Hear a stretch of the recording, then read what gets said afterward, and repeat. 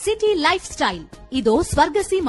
నిద్రపోని నగరంలో అర్ధరాత్రి దాటిన అంతులేని వినోదం, ఉల్లాసం. పూర్తి వివరాలకు చదవండి రేపటి సాక్షి హైదరాబాద్ ఎడిషన్. ఇక ప్రేమేంద్ర గారు చెప్పండి, ఏమిటి ఈ లగచర్ల ఇష్యూలో మరి రైతులు ఎందుకు అరెస్ట్ చేస్తున్నారు? కలెక్టర్పై దాడి తప్పే కానీ కేసులు ఎందుకని ఆయన అంటున్నారు కిషన్ రెడ్డి గారు. మరి కలెక్టర్ మీద దాడి చేస్తే కేసులు పెట్టకుండా ఎట్లా ఉంటారు? అలాగే కులగణనకు సంబంధించి మీరు ఎందుకు వ్యతిరేకిస్తున్నారు? కొమ్మినేని గారు, మీకు అక్కడ ఉన్న పెద్దలందరికీ నమస్తే. ముఖ్యంగా రైతుల విషయంలో గత ప్రభుత్వం ఎట్లా వ్యవహరించిందో ఈ ప్రభుత్వం కూడా అట్నే వ్యవహరిస్తుంది. అందులో ఏం తేడా కనిపించడం లేదు. వాళ్ళ భూసేకరణ అనేది ఒక సెంటిమెంటల్ ఇష్యూ. భూసేకరణ చేయొద్దని అనడం లేదు. కేంద్ర ప్రభుత్వం చేస్తుంది, అందరు చేస్తున్నారు. 1-4 సార్లు ప్రయత్నం చేయండి, 1-4 సార్లు మాట్లాడండి. రెండోది, ఫార్మా ఇండస్ట్రీ పెడతామంటే ఫార్మా కోసం ఫార్మా సిటీ అనే పేరుతో 12,000 ఎకరాలు సేకరించిన తర్వాత దాన్ని మీరు ఇక్కడ ఎంత 1000 ఎకరాలు అన్నారు. 2,000 ఎకరాలు ఫ్యూచర్ సిటీకి కేటాయించింది కదా. ఫ్యూచర్ సిటీకి బదులు ముందు ఫార్మా కేటాయించవలసింది అవసరం ఉండే కదా. అక్కడ ఇంకా చాలా ఉన్నాయి. అక్కడ ల్యాండ్ బ్యాంక్ ఇప్పుడు చాలా ఉంది. ఇంకేదో గిఫ్ట్ సిటీ, ఇంకేదో మీరు ఆడ ఈ గుర్రాలదే అంటున్నారు. తర్వాత ఇంకేదో వేరే రకరకాల అక్కడ కూడా ఫార్మా పెడతామని మొన్న కొంతమంది అగ్ర కంపెనీలు వచ్చినాయని చెప్పి కూడా మాట్లాడింది. ఇదేదో అక్కడ పెట్టొచ్చు కదా. అయితే ఇక్కడ ముఖ్యమంత్రి గారి నియోజకవర్గంలో పెట్టాలనుకుంటే అది ఇంకా మాట్లాడి చేయవలసిన అవసరం ఉండే. ఇవాళ రైతులను అరెస్ట్ చేయడాన్ని భారతీయ జనతా పార్టీ వ్యతిరేకిస్తుంది. కానీ దాడిని తీవ్రంగా ఖండిస్తుంది. వాళ్ళు రైతులు కాదు, భూములు లేని వాళ్ళని చెప్తున్నారు కదా దయాకర్ గారు. నేనేమంటున్నా అంటే, రైతులు ఎక్కడ కూడా అధికారుల పైన ఎప్పుడు కూడా దాడి చేసిన యొక్క సంఘటన లేదు. ఇందులో ఎవరైనా మిగతా వాళ్ళు వేరే శక్తులు ఉంటే ఉండొచ్చు. అది బీఆర్ఎస్ సంబంధించిన వాళ్ళ ఎవరు ప్రేరేపితం తెలియదు. కానీ రైతులు మాత్రం దేశం మొత్తంలో రైతులు ఎవరు కూడా అధికారులను కొట్టడం, అధికారుల మీద దాడి చేయడం ఇటువంటి పని చేయలేదు. కాబట్టి రైతుల మీద కేసులు పెట్టొద్దు అంటున్నాం మేము. మిగతా వాళ్ళు ఎవరైనా మీరు దాడి చేసి ఉంటే వాళ్ళని ఐడెంటిఫై చేసి చేయండి. కానీ మా యొక్క పార్లమెంట్ సభ్యురాలు టీకేఆర్ నగర్ అక్కడికి వెళ్తారంటే, ఆమె కాన్స్టెన్సీకి వెళ్తారంటే కూడా వెళ్లకుండా ఆపేయడం అనేది అక్కడ ఏదో దాస్తున్నారనే యొక్క ఇది వస్తుంది కదా. పరామర్శించడానికి వాస్తవం ఏందనేది తెలియాలి కదా. కాబట్టి ఇండస్ట్రీస్ కు వ్యతిరేకం కాదు, అధికారుల పైన దాడి చేయడాన్ని మేము ఖండిస్తున్నాం. కానీ రైతుల పైన మాత్రం రైతుల పక్షాన మేము తప్పక పోరాటం చేస్తాం. మీరు ఫార్మానే పెట్టాలని అనుకుంటే వాళ్ళని ఒప్పించాలి. లేదంటే ఫార్మాకి ఇక్కడ డెడికేటెడ్ యొక్క ఏరియా ఉంది. ఇప్పుడు అక్కడ గత ప్రభుత్వం వేరే ఎందుకు పెడుతున్నట్లు అక్కడే పెట్టుండొచ్చుగా. కరెక్ట్. అంటే ఆ నియోజకవర్గం డెవలప్ చేయాలనే ఉద్దేశమా? అక్కడనే అదొకటి. ఇంకా అక్కడనే ఇంకేదైనా వేరే రకరకాల అది మరి అభిప్రాయాలు, ఆరోపణలు వస్తున్నాయి. కాబట్టి అవి ఏమిటి అనేది అది ప్రభుత్వం దానికి సమాధానం చెప్పవలసిన అవసరం ఉన్నది.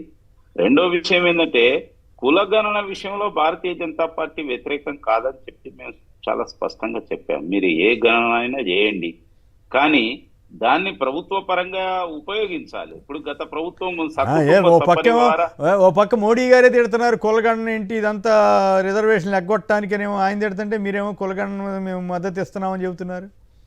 అంటే మోడీ గారు ఎక్కడ కూడా కులగణనను వ్యతిరేకించలేదు, కానీ విభజన రాజకీయాలను వ్యతిరేకించారు. సమాజంలో విభజించే యొక్క ప్రయత్నం మతపరంగా, మిగతా పరంగా ముస్లింలకు రిజర్వేషన్ అని. అరే అప్పుడు స్వతంత్రం అప్పుడు మహమ్మద్ అలీ జిన్నా ఏదైతే డిమాండ్ తీసుకొచ్చి పెట్టిందో దాని కారణంగా దేశ విభజన ఎట్లా జరిగిందో, మళ్ళీ అదే విధంగా ఒక మతపరమైన యొక్క రిజర్వేషన్స్ గురించి మాట్లాడడం వల్ల అటువంటి యొక్క విభజన వస్తుందని చెప్పి విభజన రాజకీయాలు. ఇప్పుడు నరేంద్ర మోడీ గారి ప్రభుత్వం గత 10 సంవత్సరాల నుంచి అనేక రకాల యొక్క ప్రభుత్వ కార్యకలాపాలు నిర్వహిస్తుంది. ఎక్కడన్నా కులం పేరుతో ఎవరినైనా దాన్ని రిజెక్ట్ చేసిన యొక్క పరిస్థితి ఉందా?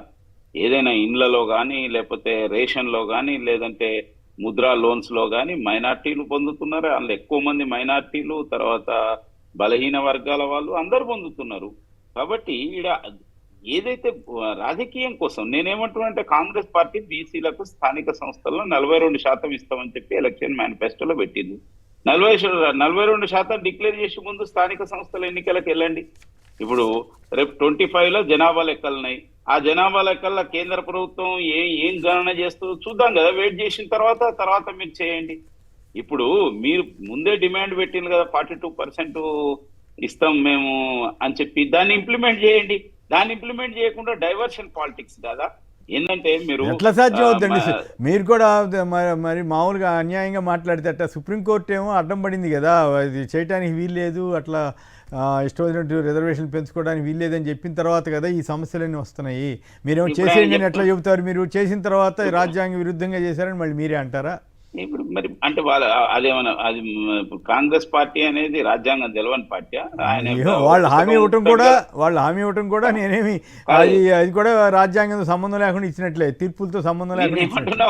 ఒక పుస్తకం ఊపుతాడు కదా, ఖాళీ పేజీల పుస్తకం రాజ్యాంగం అని చెప్పి, అసలు రాజ్యాంగాన్ని కాకుండా వట్టిదాన్ని అదే గంత మోసం ఉంటే రాజ్యాంగం లేకుండా ఇది రాజ్యాంగం అని చూపెడుతున్నాడంటే దాని రాజ్యాంగం వాళ్ళు చెప్పే మాటలు కూడా అవే గ్యారంటీస్ అని. ఇవాళ 6 గ్యారంటీస్ అన్నారు. ఏవి? రైతులకు రైతు భరోసా ఇచ్చారా, తర్వాత కౌలు రైతులకు ఇచ్చారా, తర్వాత 4,000 రూపాయలు వృద్ధులకు ఇస్తామన్నది ఇచ్చారా, 2,500 మహిళలందరికి ఇస్తామన్నది ఇచ్చారా, తర్వాత ఫసల్ బీమా యోజన అన్నారు, తర్వాత రైతు బీమా అన్నారు. ఇవన్నీ ఏమైనా అంటున్నాను నేను అనేది. ఇవన్నిటి డైవర్షన్ పాలిటిక్సే ఇవి. ఇలాంటి ఏవో గొడవలు సృష్టించడం, బీఆర్ఎస్ ను మేము కొట్లాడుతున్నట్టు లేక పాతలు. తర్వాత ఇంకా ఆశ్చర్యకరమైన విషయం అంటే దయాకర్ గారు చెప్పాలి, నేను అనేది అవినీతి విషయంలో మేము చాలా పర్టికులర్గా ఉన్నాం. మమ్మలను ఇక్కడ సిబిఐ రాకుండా బీఆర్ఎస్ పార్టీ అడ్డుకున్నది. కాంగ్రెస్ పార్టీ ప్రతిపక్షంలో ఉన్నప్పుడు ఇదే ముఖ్యమంత్రి రేవంత్ రెడ్డి గారు సిబిఐ ఎంక్వైరీ జరపాలని చెప్పి కోరిన వ్యక్తి వాళ్ళ సిబిఐ విషయంలో రావడం విషయంలో ఆయన ఏం మాట్లాడడం లేదు.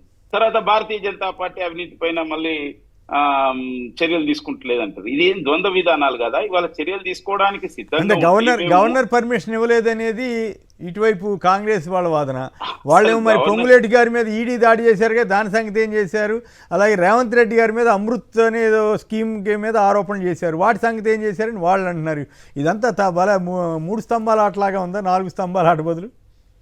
నేనేమంటున్నా అంటే దేని దానికి చట్టం తప్పక తన పని తాను చేసుకొని పోతుంది. హైకోర్టు విషయం హైకోర్టు ఉంది. ఇక్కడ మీరు ఎవరి మీదనైనా కనుక మీ దగ్గర ఆధారాలు ఉంటే అవి వాటిని పెట్టండి, పెట్టి తర్వాత ఇది చేయండి.